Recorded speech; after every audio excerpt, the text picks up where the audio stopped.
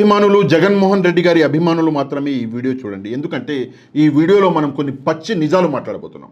నిన్న election result వచ్చింది. Election result వైసీపీకి 11 సీట్లు మాత్రమే వచ్చినాయి. టీడీపీకి అంటే కూటమికి 164 సీట్లు వచ్చినాయి. కాకపోతే ఈ రిజల్ట్ చూసినాక ఒక్క విషయం మాత్రం క్లారిటీగా అర్థమవుతుంది. ఏంటి అంటే ఎక్కడో ఏదో తప్పు జరిగింది, ధర్మ యుద్ధానికి పిలిచి అధర్మంగా గెలిచిరు అని చెప్పేసి ఒక విషయం క్లారిటీగా అర్థమవుతుంది. ఎందుకు ఈ డౌట్ వచ్చింది అంటే దీనికి కొన్ని కారణాలు ఉన్నాయి. మొదటి కారణం, ఇక్కడ కింద ఒక ఫోటో కనిపిస్తుంది మీకు. ఈ ఫోటోలో కనిపించే వ్యక్తి ఎమ్మెల్యే వచ్చేసి కేతిరెడ్డి గారు. ఈయన ధర్మవరం, గుడ్ మార్నింగ్ ధర్మవరం అని చెప్పేసి మనకు ఒక ప్రోగ్రాం నడిచింది. ఆంధ్రప్రదేశ్లోనే కాదు మొత్తం భారతదేశంలో గుడ్ మార్నింగ్ ధర్మవరం చాలా ఫేమస్ ప్రోగ్రాం. అట్లాంటి కేతిరెడ్డి అంటే కలలో కూడా ఊహించని విధంగా ఆయన ఓడిపోయాడు. అక్కడ ఒక సందేహం అన్నది వచ్చింది. ఏంటంటే ఎట్లా పాసిబుల్, కేతిరెడ్డి గారు ఓడిపోవడం అన్నది అసాధ్యం. సరే, అక్కడ ఆ లీడర్ ఓడిపోయిండు, ఇక్కడ ఈ వైసీపీ ఎమ్మెల్యే ఓడిపోయిండు, అక్కడ ఆ వైసీపీ ఎంపీ ఓడిపోయిండు, అవన్నీ పక్కన పెడితే కేతిరెడ్డి ఓడిపోయిండు అనగానే నాకు సందేహం అన్నది వచ్చింది.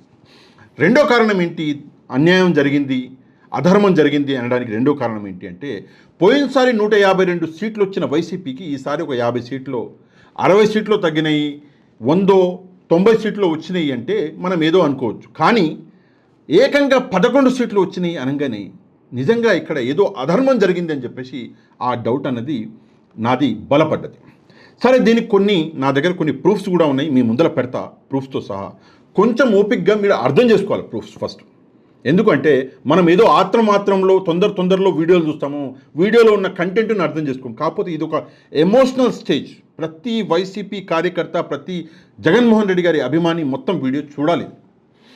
ఏంటి ఇది అర్థం చేసుకోవాలి అంటే మనం మార్చి నెలలోకి వెళ్ళాలి. ఎందుకంటే జగన్మోహన్ రెడ్డి గారిని ఓడించే ప్రక్రియ అన్నది మార్చి నెలలోనే దానికి బీజం పడ్డది.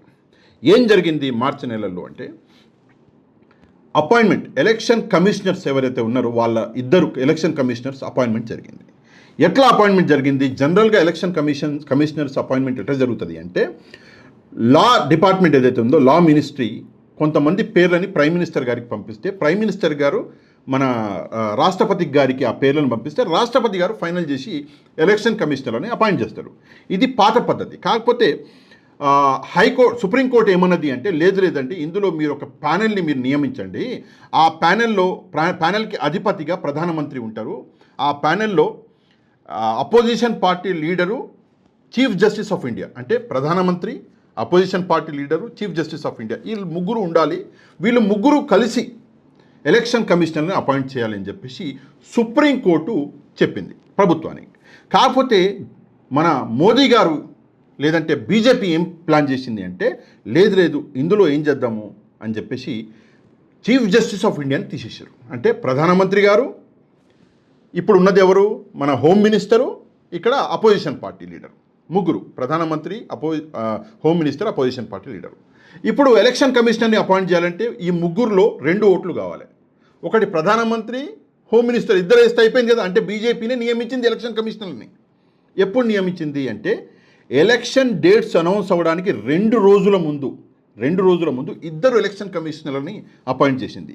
ఒకరు వచ్చేసి జ్ఞానేష్ కుమార్ గారు, ఇంకోళ్ళు వచ్చేసి సఖ్బీర్ సింగ్ సాంధు అని చెప్పేసి వీళ్ళిద్దరిని అపాయింట్ చేసింది మన సెంట్రల్ గవర్నమెంట్, బీజేపీ గవర్నమెంట్.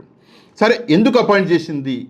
ఆ అపాయింట్ చేసినందువల్ల ఏమైంది అంటే ఇక్కడ కింద మీకు ఇక్కడ ఒక ఫోటో కనిపిస్తుంది. కొంచెం దీన్ని జాగ్రత్తగా చూడండి. ఈ ఫోటో వచ్చేసి నేను కాదండి, ఇది టైమ్స్ ఆఫ్ ఇండియాలో వచ్చిన ఒక న్యూస్. ఇది ఏమని ఇచ్చిండు, ఈ ఫోటోని కొంచెం మీరు జాగ్రత్తగా చూడాలి. చూస్తే ఇందులో మీకు అర్థమవుతుంది. ఏంటంటే ఎలక్షన్ జరిగిన రోజు ఏదైతే ఓట్ల సంఖ్య ఉండేనో ఆ సంఖ్య అన్నది నిన్న కౌంటింగ్ రోజుకు పెరిగిపోయింది. ఎంత పెరిగింది? 1,07,00,000 పెరిగింది. మొత్తం ఇండియాలో ఉంటున్నాను నేను, 1,07,00,000. అది కూడా 4 ఫేజులకే కౌంటింగ్లో 1,07,00,000 అంటే ఒక్కొక్క ఎలక్షన్లో 22-23 ఫేజులు ఉన్నాయి. మరి ఎంత పెరిగి ఉండాలి మొత్తం ఇండియాలో? సరే, ఆంధ్రప్రదేశ్లో ఎంత పెరిగింది? మీరు ఇక్కడ చూస్తే ఈ ఫోటోని కొంచెం డీటెయిల్గా చూస్తే లాస్ట్లో డిఫరెన్స్ అని ఉంది. ఆంధ్రప్రదేశ్లో 4 ఫేజులకే, కేవలం 4 ఫేజులకే 17,20,000 ఓట్లు పెరిగినాయి. ఎట్లా పెరిగినాయి? ఈవీఎంలు ఒక రూమ్లో వేసి తాళం వేస్తే రూమ్లో ఉన్న ఈవీఎంలల్లా ఓట్లు ఎట్లా పెరిగినాయి అంటే డైరెక్ట్గా ఎలక్షన్ కమిషన్ ఇన్వాల్వ్మెంట్ ఇందులో ఉంది అని చెప్పేసి నేను కాదు, ప్రశాంత్ భూషణ్ గారు, ఎవరు సుప్రీంకోర్టు సీనియర్ అడ్వకేట్, ఆయన ఆరోపిస్తున్నాడు. ఏమని అంటే ఎలక్షన్ కమిషన్ ఈ ఓట్లని కావాలని మోదీ గారికి అనుకూలంగా పెంచింది అని చెప్పేసి మన ప్రశాంత్ భూషణ్ గారు ఆరోపిస్తున్నారు. సరే, ఇందువల్ల ఏం జరిగింది అంటే ఆంధ్రప్రదేశ్లో 4 ఫేజులలో 17,20,000 ఓట్లు పెరిగితే 22 ఫేజ్లలో ఎన్ని పెరిగి ఉండాలి? ఓ 50 లక్షలు వేసుకుందాం, సరే ఓ 40 లక్షలు వేసుకుందాం. ఆ 40 లక్షల ఓట్ల వల్ల ఏం జరిగింది అంటే ఒక 60 మంది 70 మంది ఎమ్మెల్యేలు గెలిచి వచ్చారు. ఆబ్వియస్గా ఒక 40 లక్షల ఓట్లు అంటే చిన్న విషయమా? అదొకటి. రెండో విషయము, మీకు ఇక్కడ ఒక వీడియో కనిపిస్తుంది. నాకు ఈ వీడియో అన్నది మన మిత్రులు నాకు వాట్సాప్ చేశారు. ఈ వీడియోలో ఏం కనిపిస్తుంది అంటే కొన్ని ఏమంటారు స్లిప్పులు. ఏం స్లిప్పులు అంటే ఓటింగ్ స్లిప్పులు. ఏదైతే మన వీవీ ప్యాడ్లలో స్లిప్పులు ఉంటాయి కదా, ఆ స్లిప్పులు బయటపడేసి ఉన్నాయి. ఆ స్లిప్పులు అన్నీ వైసీపీ స్లిప్పులే. ఎలక్షన్ కమిషన్ అండర్లో ఉన్న ఈ స్లిప్పులు, వీవీ ప్యాడ్లలో ఉండవలసిన ఈ స్లిప్పులు బయట చెత్త కుప్పలో ఎట్లా ఉన్నాయి? దీని మీద ఎలక్షన్ కమిషన్ ఏ యాక్షన్ తీసుకోదా? అమాయకుల మీద, ఏం చేయనోళ్ళ మీద యాక్షన్ తీసుకుంటుందా ఎలక్షన్ కమిషన్? ఇవి బయటికి ఎట్లా వచ్చినాయి? అసలు ఫస్ట్ ఆఫ్ ఆల్ ఇక్కడ 2-3 ప్రశ్నలు. ఈ ఓటింగ్ స్లిప్పులు ఒరిజినలా కాదా అని చెప్పేసి ఎలక్షన్ కమిషన్ చెక్ చేయాలి. రెండో విషయము, ఒరిజినల్ అయితే ఈ ఓటింగ్ స్లిప్పులు బయటికి ఎట్లా వచ్చినాయి? ఇక్కడ ఇంకొక వీడియో నాకు ఒక తమ్ముడు పంపించాడు. ఆ వీడియోలో డైరెక్ట్గా ఈవీఎంలు ఓపెన్ చేసి మరి ఇక్కడ మీరు కింద చూడొచ్చు, ఈవీఎంలు ఓపెన్ చేసి మరి ఓటింగ్ స్లిప్పులు తీసి బ్యాగ్లో పడేస్తున్నారు. కొన్ని ఓటింగ్ స్లిప్పులు కింద కూడా పడి ఉన్నాయి, మీరు కొంచెం జాగ్రత్తగా చూడండి. మరి అవి అధికారికంగా తీస్తుర్రా లేదంటే వైసీపీ స్లిప్పులని వేరు చేసి బయట పడేసిర్రా? అది కూడా ఒకటి చూడాలి. ఎందుకంటే ఈ 2 వీడియోలు చాలా ఘోరంగా బయట సర్క్యులేట్ అవుతున్నాయి కాబట్టి ఇందులో నిజాలు ఏమున్నాయి, నిజాలు చూడాలి. ఒకటి. రెండో విషయము, నేను కొన్ని రోజుల కింద ఒక వీడియో చేసిన. ఆ వీడియోలో నేను ఢిల్లీలో కూర్చున్న పెద్దలు ఒక పెద్ద కుట్ర చేస్తున్నారు అని చెప్పేసి నేను ఒక మాట చెప్పిన. మీరు చూసిరో చూడలేదో నాకైతే తెలియదు.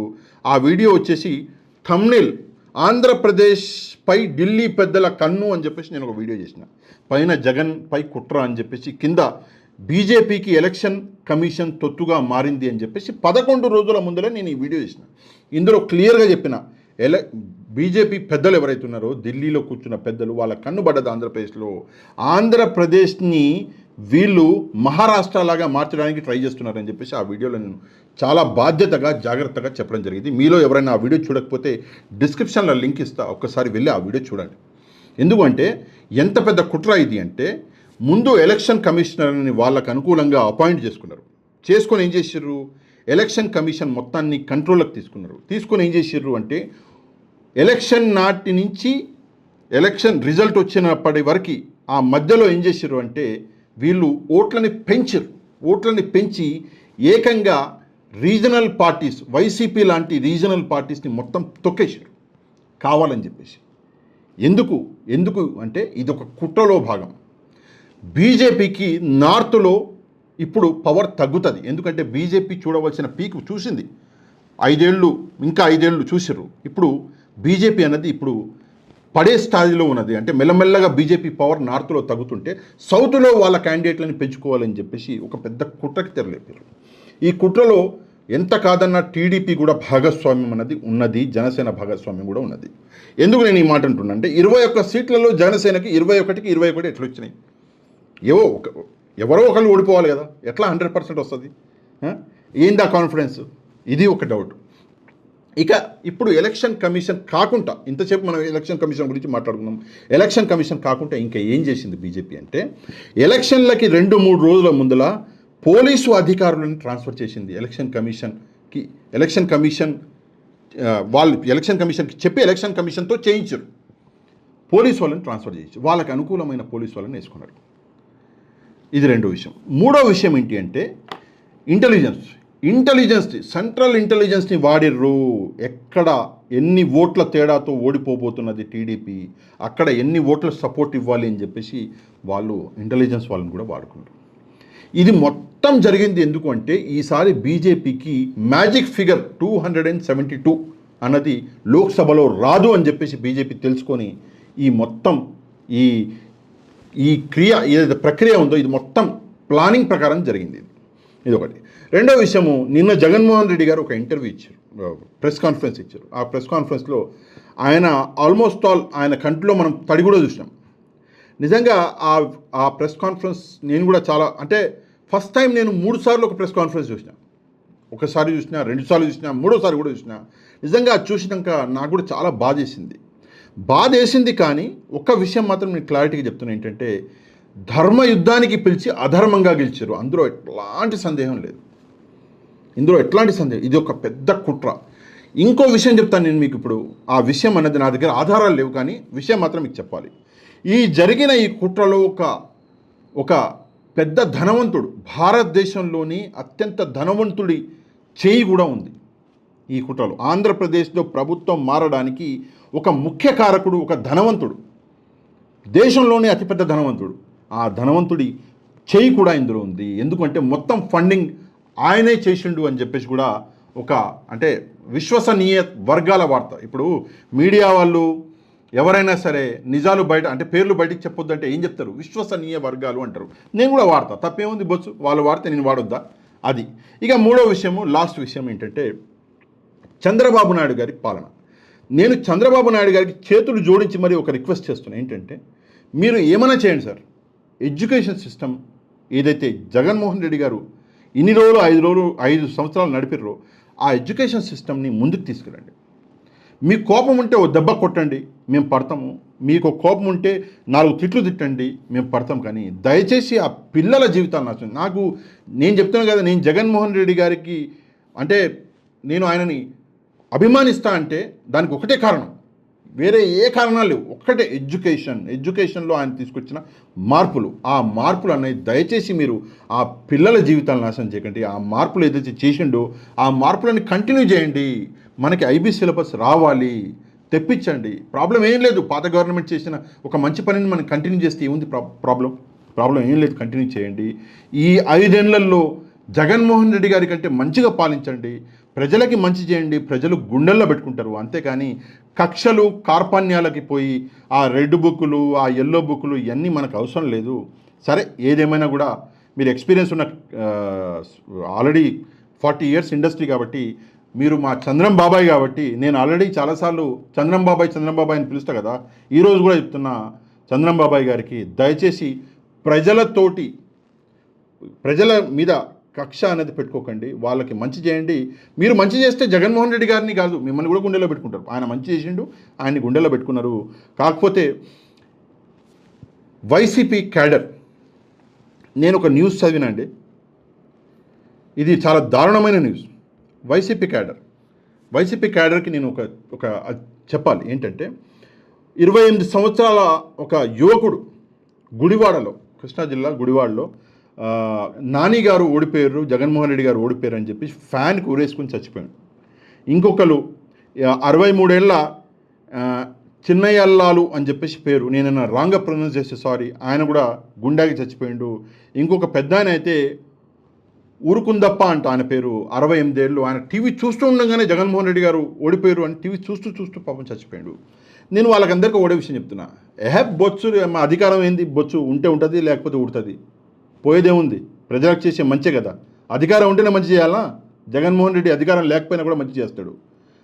అధికారం పోయిందని చెప్పేసి ప్రాణాలు పోవడం ఏంది? బొచ్చు అధికారం ఇవాళ ఉంటుంది, రేపు పొద్దున ఉండదు. ఉన్నప్పుడు ఎట్లా పనిచేసినామో, లేనప్పుడు దానికంటే ఇంకా డబల్ ఇంట్రెస్ట్గా పనిచేస్తాము, ఇంకా ప్రజలకి మంచి చేస్తాము. అధికారంలో ఉన్న ప్రభుత్వం తప్పు చేస్తే నిలదీస్తాము. అది అపోజిషన్ లీడర్గా జగన్మోహన్ రెడ్డి గారి కర్తవ్యం. అపోజిషన్ లీడర్గా ఆయన ఈరోజు కొత్తగా లేడు, 5 ఏళ్ళు అపోజిషన్ లీడర్గా పనిచేసిండు, ఆయనకు అనుభవం ఉన్నది. అధికారం ఉంటేనే పనిచేస్తామని చెప్పేసి ఎప్పుడు అనుకోకండి. ఈ ఓటమిని ఎప్పుడు ఓటమిలాగా భావించకండి. ఈ ఓటమి వెనకాల చాలా పెద్ద కుతంత్రాలు చాలా ఉన్నాయి. వీటన్నిటినీ నేను అంటే డైరెక్ట్గా మీకు చెప్పలేను. డైరెక్ట్గా మీకు వినిపించలేను, అయినా కూడా మీరు అర్థం చేసుకుంటారని చెప్పేసి ఆశిస్తున్నాను. ఇది ఓటమి కానే కాదు, ఇది వైసీపీ ఓటమి కానే కాదు, ఇది నైతికంగా వైసీపీ గెలుపు. ఎందుకంటే ఎవ్వడికి తలంచలేదు. ఒకవైపు 3 పెద్ద పార్టీలు, సరే పవన్ కళ్యాణ్ గారిది ఓకే కొత్త పార్టీ, కానీ ముగ్గురు ఒకవైపు, ఏమంటారు పత్రికలు, ఎల్లో మీడియా ఒకవైపు, బిజినెస్ మ్యాన్లు, రిటైర్డ్ ఐపీఎస్ ఆఫీసర్లు, ఐఏఎస్ ఆఫీసర్లు, ఇంకోవైపు జగన్మోహన్ రెడ్డి ఒంటరిగా నిలబడి వాళ్ళందరినీ ఎదుర్కొన్నాడు. ఫస్ట్ ఆ విషయం గుర్తుపెట్టుకోండి. ఈరోజు అపోజిషన్లో ఉంటే అపోజిషన్ ధర్మాన్ని నెరవేరుద్దాము, ప్రజలకి మంచి చేద్దాము, అది ఆలోచించండి. కానీ జస్ట్ అధికారం పోయిందని చెప్పేసి మనం అంతగా పరేషాన్ అవ్వాల్సిన అవసరం లేదు. అది బొచ్చు 4 రోజులు ఒకటి దగ్గర, 4 రోజులు ఇంకోటి దగ్గర ఉంటుంది అధికారం. ఆ అధికారం అంటే మనకంత ప్రేమ లేదు, జగన్మోహన్ రెడ్డి గారికి అస్సలు లేదు. ఆ విషయం మీరు గుర్తుపెట్టుకోవాలి. ఇట్లాంటి చిల్లర పనులు చేయకండి. ఇది చిన్న విషయం. జగన్మోహన్ రెడ్డి గారు అయితే ఉన్నాడు కదా, ఆయన ఎక్కడికైనా పోయిండా? జగన్మోహన్ రెడ్డి ఉన్నాడు కదా. అట్లాంటప్పుడు ఆయనకి లేని అధికారం ఒకటే, అంతేకాని ప్రజలకి మంచి చేయాలన్న ఆ స్ఫూర్తి ఆయనలో ఉంది. అట్లాంటప్పుడు మీరు చచ్చిపోతే రేపు పొద్దున ఆయన వెనకాల నిలబడేది ఎవరు? మీరు పరేషాన్ అయితే మీరు రేపు పొద్దున ఆయన వెనకాల నిలబడేది ఎవరు? అందుకే మీరు పరేషాన్ కావద్దు. మీరేమి ఇట్లాంటి యాక్టివిటీస్, చనిపోవడాలు, ఫ్యాన్ కూడా వేసుకొని చచ్చిపోయిందంట. ఓరమ్మ, ఫ్యాన్ బదలం అయిపోయింది. ఎందుకు ఇవన్నీ అవసరం మనకి? ఈ టైంలో మనం అందరం జగన్మోహన్ రెడ్డి గారికి వెనకాల అండదండలుగా నిలబడాలి. అది మన ధర్మం. అంతేగాని చచ్చిపోతామా అంటే ఓడిపోగానే మనము వదిలేసి పారిపోవాలా? పోరాడదాం, అది చాలా ఇంపార్టెంట్. మీరేమనుకుంటున్నారో తప్పకుండా కమెంట్ చేయండి, ఈ వీడియోని షేర్ చేయండి, లైక్ చేయండి. మీకు కంటెంట్ నచ్చితే ఛానల్ని సబ్స్క్రైబ్ చేసుకోండి. నెక్స్ట్ వీడియోలో మళ్ళీ కలుద్దాం. అంతవరకు థ్యాంక్ యూ వెరీ మచ్. జై హింద్.